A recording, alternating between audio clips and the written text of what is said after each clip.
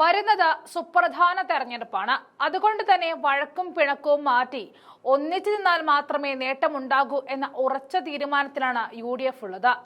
ആദ്യം അകത്തെ പ്രശ്നങ്ങൾ പരിഹരിച്ചിട്ടാകാം തുടക്കമെന്ന് ചിന്തിച്ചു തുടങ്ങിയിരിക്കുന്നു.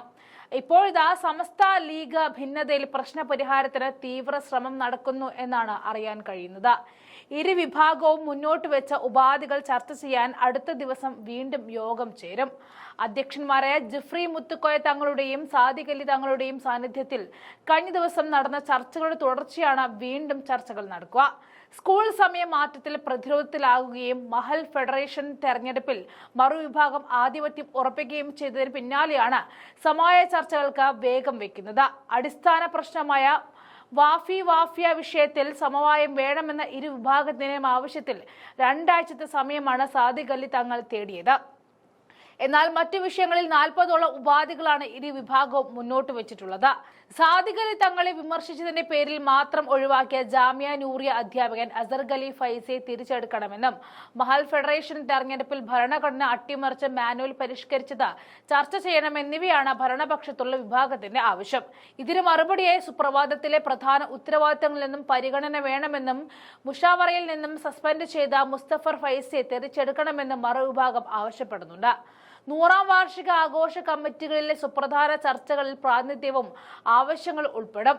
മാസങ്ങൾക്ക് മുൻപ് നടന്ന സമവായ ചർച്ച CAC വാഫിയ വിഷയങ്ങളിൽ വഴിമുട്ടി നിന്നെങ്കിൽ നിലവിൽ അത്തരം വിഷയങ്ങളിൽ സമവായ സാധ്യതയുമുണ്ട്.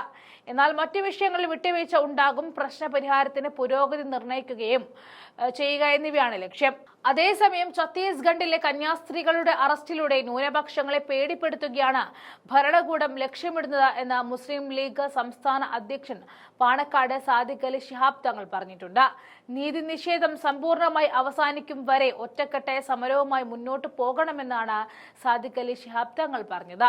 കന്യാസ്ത്രീകൾക്കെതിരെ നടത്തിയ നീക്കങ്ങൾ ഭരണഘടനയ്ക്കെതിരായ നീക്കമാണ്. ഭരണഘടനയെയും ബഹുസ്വരതയും അംഗീകരിക്കാൻ പറ്റാത്തവരാണ് ഈ ശ്രമങ്ങൾക്ക് പിന്നിലെന്നും തങ്ങൾ പറഞ്ഞു.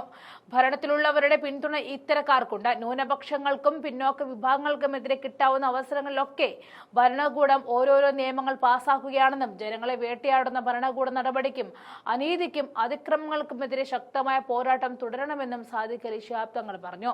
ഛത്തീസ്ഗഡ്, ആസം എന്നിവിടങ്ങളിലെ ന്യൂനപക്ഷ വേട്ടയ്ക്കെതിരെ യൂത്ത് ലീഗ് പാളയം രക്തസാക്ഷി മണ്ഡപത്തിൽ സംഘടിപ്പിച്ച പ്രതിഷേധ സഭ ഉദ്ഘാടനം ചെയ്തായിരുന്നു അദ്ദേഹം ഇതെല്ലാം പറഞ്ഞത്. എന്തായാലും ഭിന്നതകൾ മാറ്റി നിർത്തിയാൽ ഫലം ഉണ്ടാകും എന്ന തിരിച്ചറിവ് വന്നിരിക്കുന്നു. കാരണം നിലമ്പൂർ ഉപതെരഞ്ഞെടുപ്പിൽ ലീഗും സമസ്തയും എല്ലാവരും ഒന്നിച്ചു നിന്നുകൊണ്ടാണ് UDFന്റെ വിജയം അത്ര കണ്ട് ഗംഭീരമായത്. അതുകൊണ്ട് തന്നെ ഇനിയുള്ള ചുവടും അത്തരത്തിൽ ഒന്നിച്ചായിരിക്കും എന്നാണ് ഈ മാറ്റങ്ങൾ സൂചിപ്പിക്കുന്നത്.